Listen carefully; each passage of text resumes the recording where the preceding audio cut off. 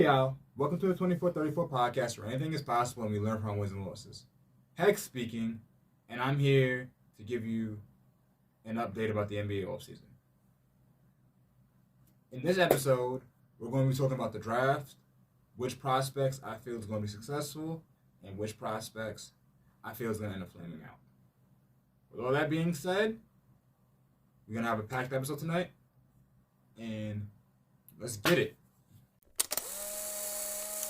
To start, we're going to talk about the man, the myth, the legend himself, Victor Wembanyama.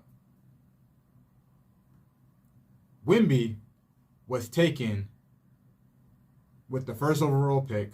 He is a 7'3" center with guard skills, has the ability to run the floor like a guard, handle the rock, has good court vision, and overall, they have been saying that he's the best player since LeBron James. And I can understand, because if we can create a character in 2K,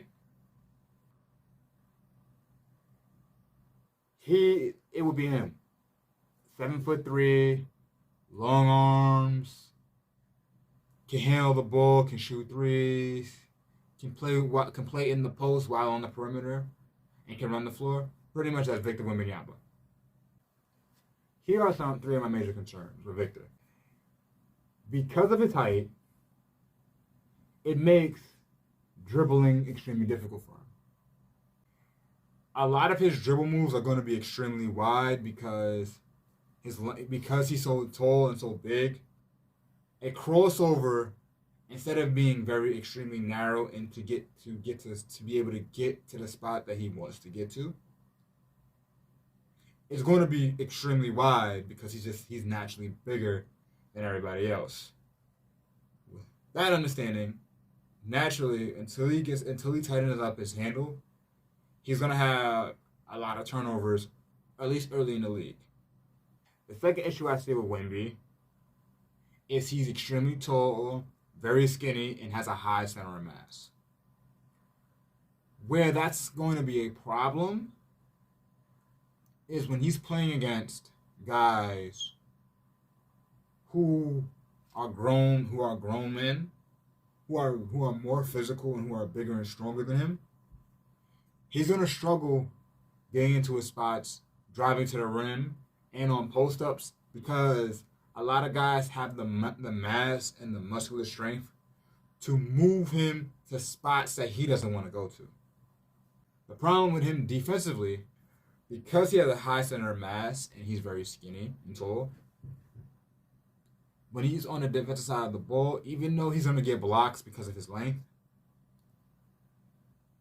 when he goes up against players with a low center of mass, i.e. Kenneth Lofton, or Joel Embiid, who's really built, or Nikola Jokic, who is very heavyset, what's going to end up happening is they're going to move him into whatever spot they're going to go to because he doesn't have the strength to offer any resistance.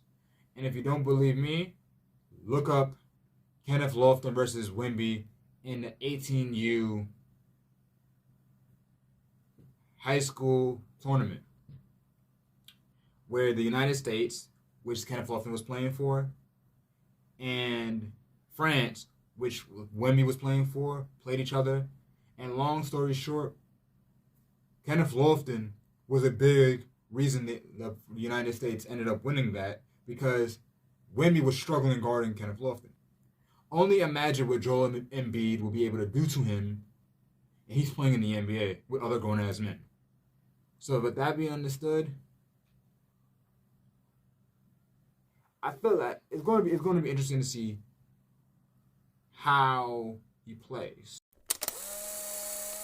Him getting drafted to the Spurs is probably the best situation to get drafted to because he's going to have opportunity to grow, opportunity to shine. He's going to learn under Popovich how to play basketball the right way. Pop coached David Robertson, Tim Duncan, and now Wemby. So it's going to skyrocket his development and understanding that.